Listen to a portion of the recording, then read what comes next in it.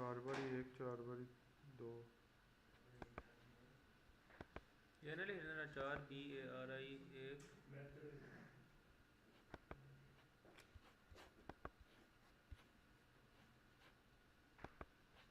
क्या बकवास है यार ये।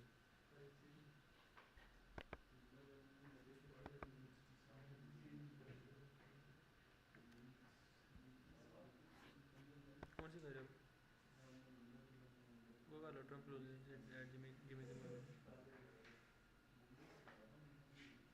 वो फेस वाली नहीं फेस वाली ऊपर वाली भी फेस वाली कैंसर क्या नहीं आया तो वाचा वो प्राइवेट को पब्लिक नहीं किया किया तो उनसे नहीं आपको किसने कहा था आ जाता होता है वापस वाटे मेरे साथ हुआ था।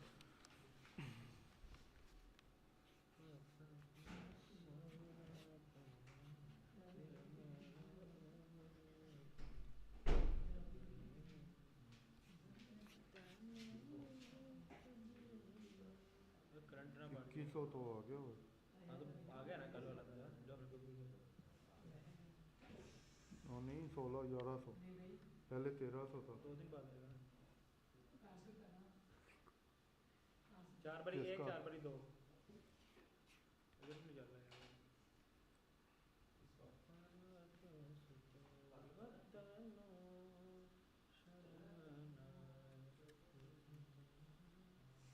कनेक्शन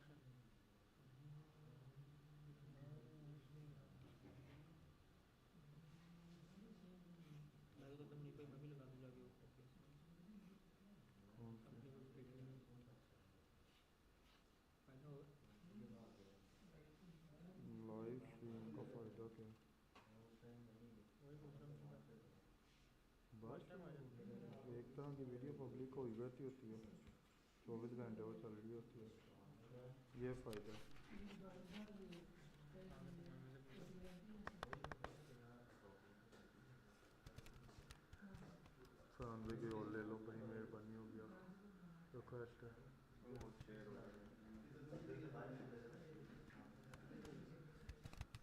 चेंज है ना पूरा अपना बैठा है यार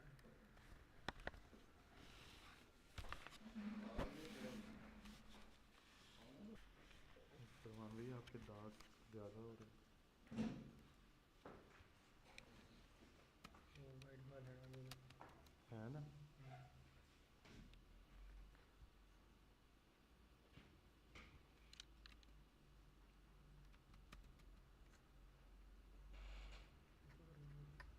तो भाई एक मशवरा करना इधर तो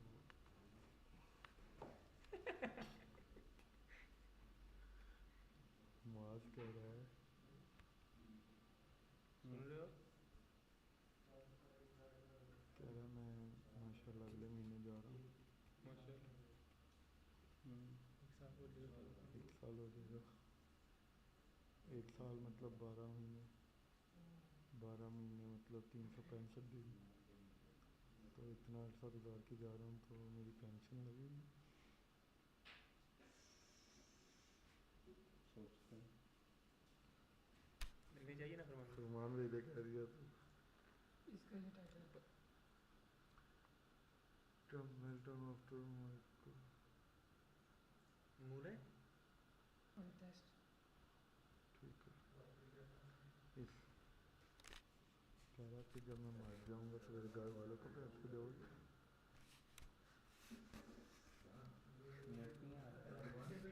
उसके बारे में क्या ख्याल है मैं क्या कह रहा हूँ बात करें फिर आज है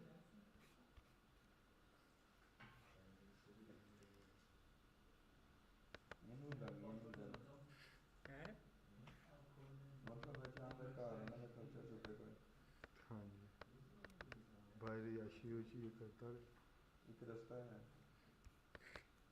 एक रास्ता है एक रास्ता तो देखा दीवाना हुआ वो रास्ता तो होता है चावल मारनी होनी है समझ गया मैं डार्क जो कर गया वो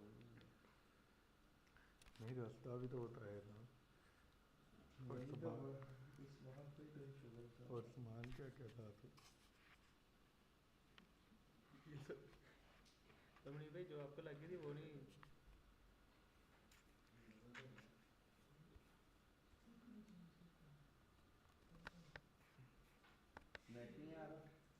आ रहा है सर, आ रहा है।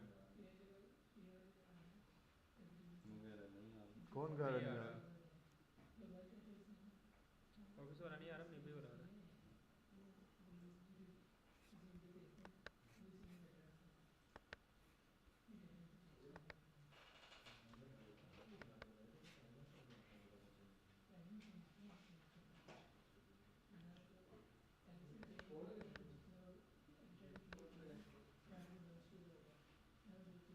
ऊपर 3 मिनट का टाइम लगा।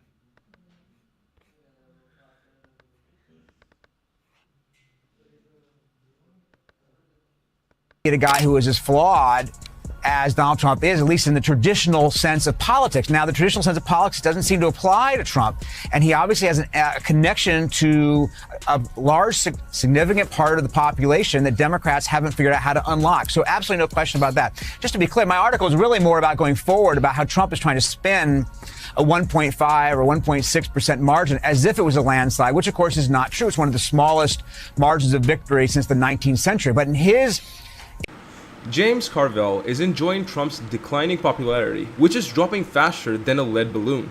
Carville joked that Trump's approval is aging like milk, as each indictment and outburst makes voters realize Trumpism is all bad. The real question, how long can he go? I don't know anything about it. I'm not a big fan of The Atlantic. To me, it's a magazine that's going out of business. I think it's not much of a magazine, but I know nothing about it. You're saying that they had what? They were using Signal to coordinate on sensitive materials and Having to do with what? Having to do with what? What were they talking about? with the Houthis. The Houthis? You mean the attack on the Houthis?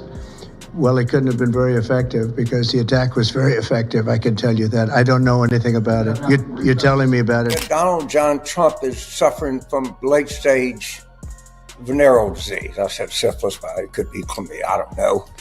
And there were a lot of people, a lot of responses, a lot of MDs, a lot of RNs, where, you know what, it kind of adds up and makes sense. Now, there's a couple things here that we need to know when we assessing the possibility of these claims. I mean, first of all, we know he's had a history of sexual relations with people who've had.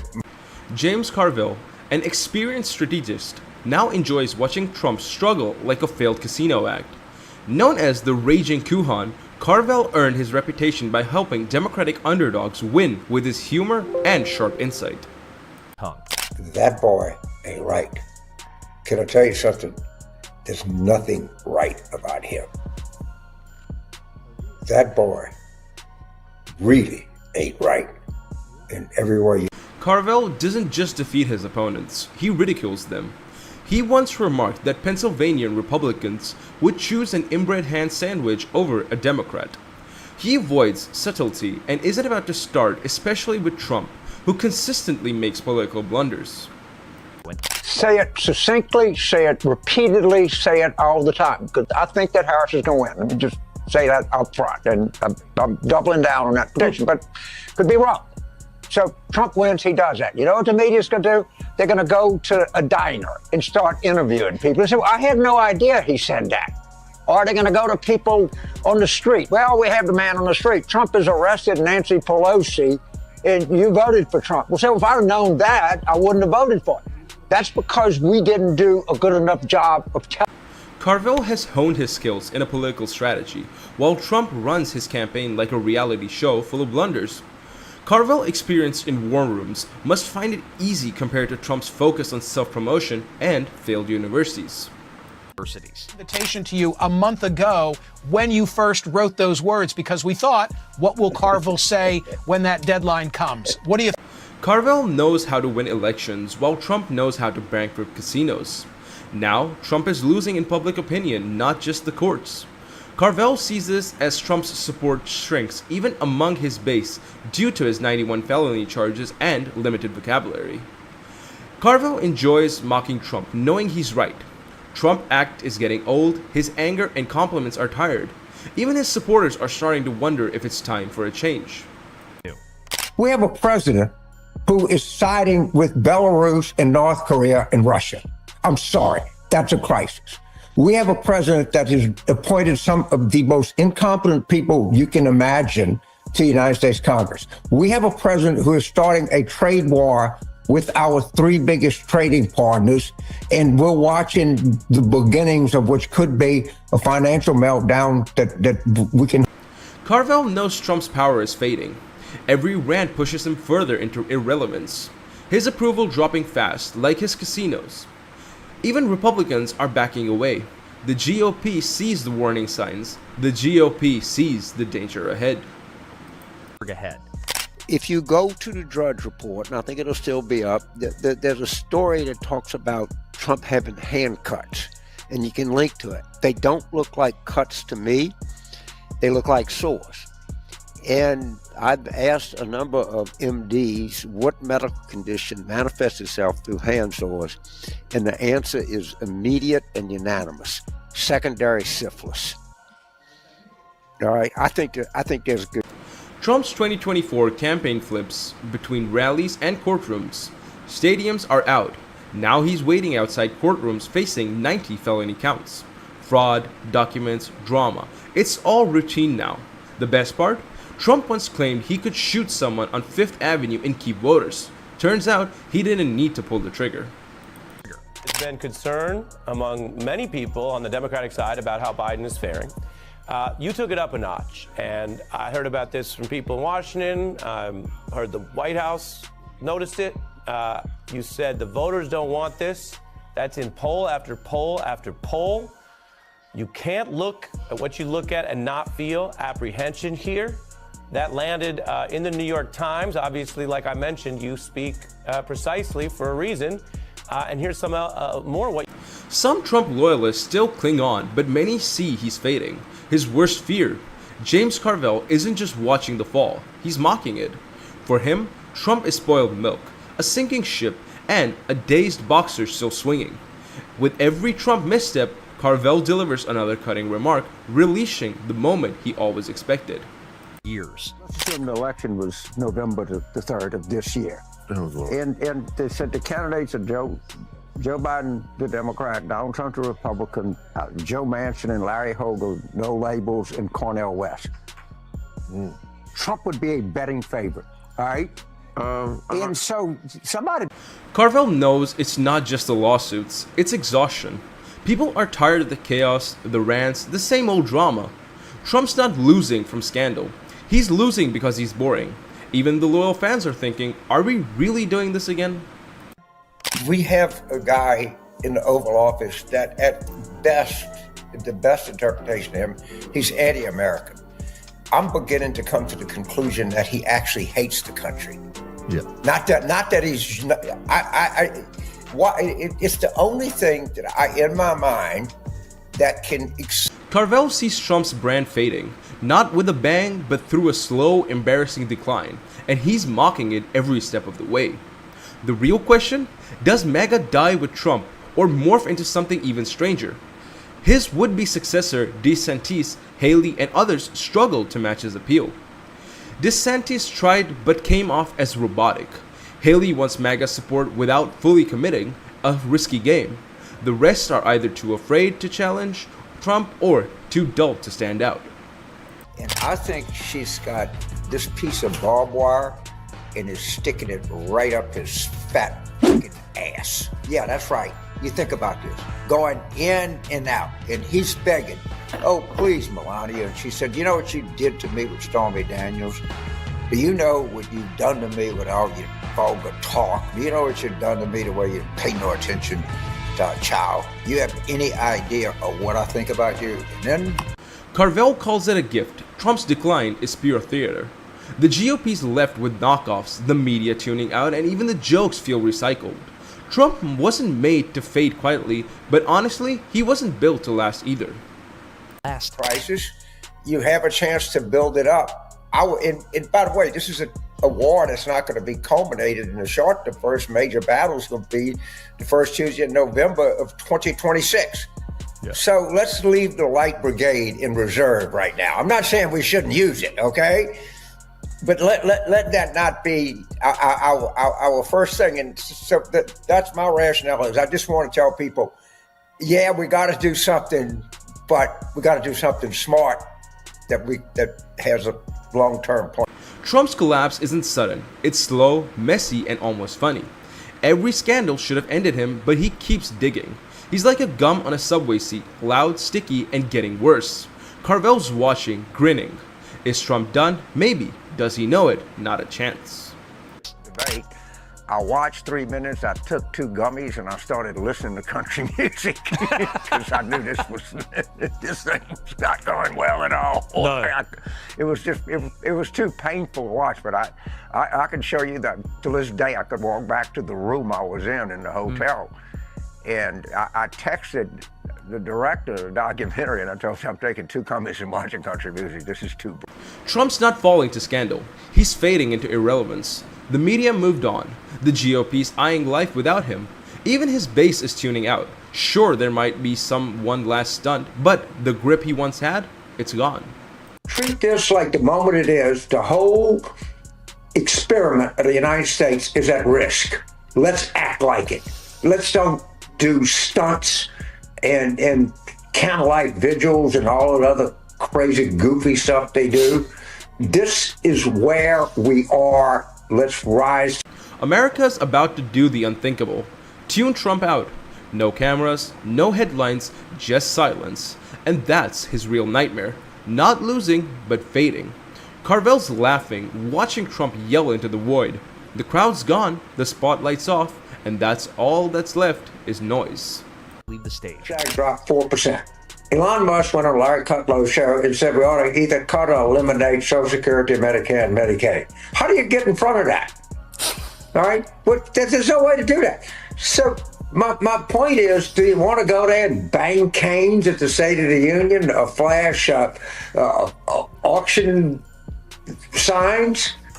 Or do you want to have a dignified and determined response to the absolute threat this poses to the United States? Carville's final prediction? Trump won't crash out, he'll fade. The show's over, lights off, seats empty, and Carville? He's laughing, watching Trump perform for an audience that's already gone. So yes, they're handicapped.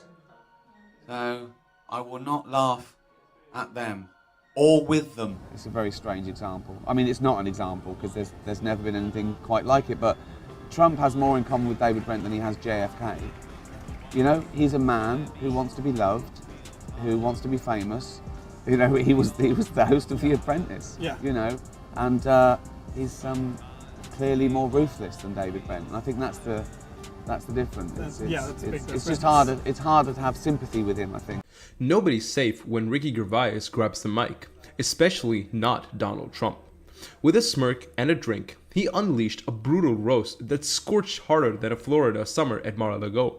The crowd roared, the internet lit up, and Ricky sealed another iconic moment in comedy history.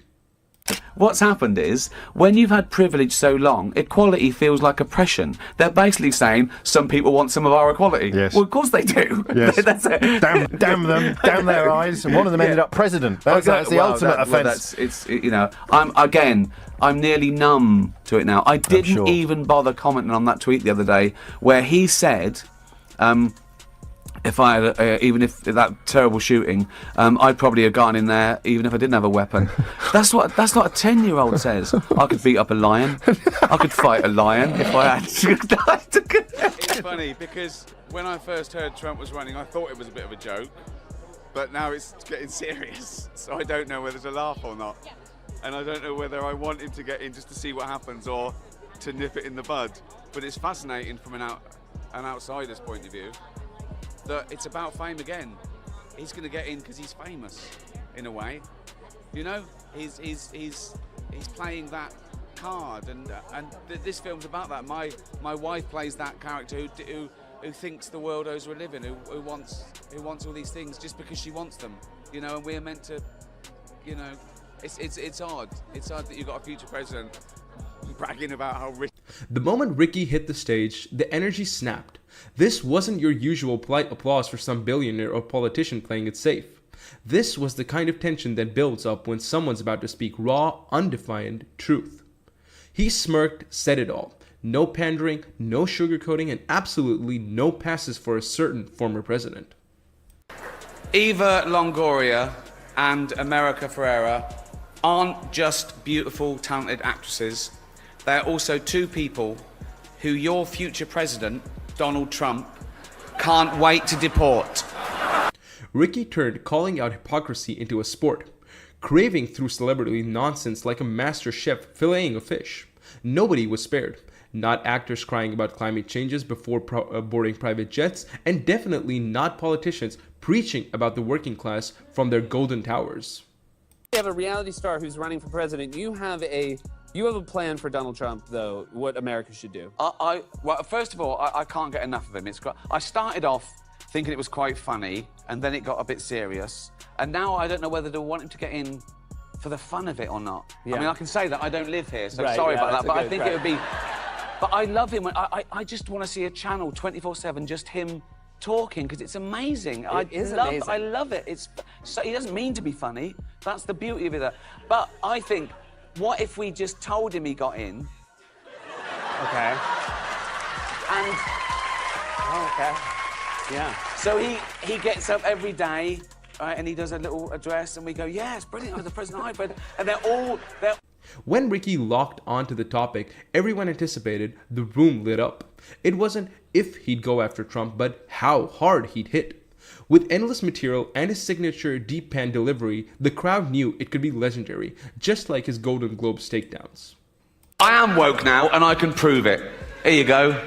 I love illegal immigrants. Yeah, sue me now. Sometimes I go down to Dover for the day, right, and I look out, right, and look for a boat, and I see a dinghy with about 60 of them, and I go over here, like, right, and I pull them into shore, and I go, women and children first. They go, there are no women and children. Just you lads, is it? Just, come on, lads. Come on, lads.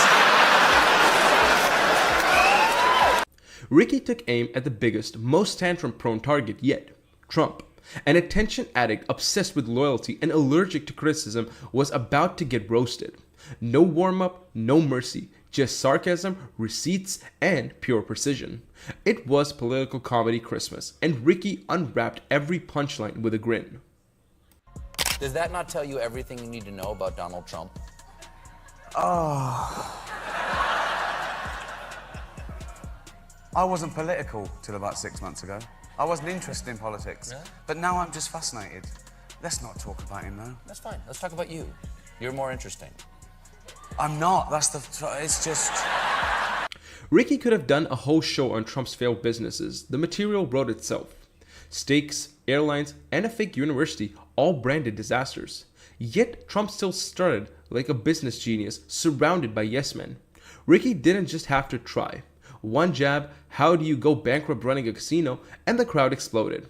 While others tiptoed around Trump, Ricky ran straight through the fire. No fear, no filter, and that's what stung the most. Ricky was everything Trump wanted to be, untouchable and brutally honest. Crazy right now in the States. It's so divided.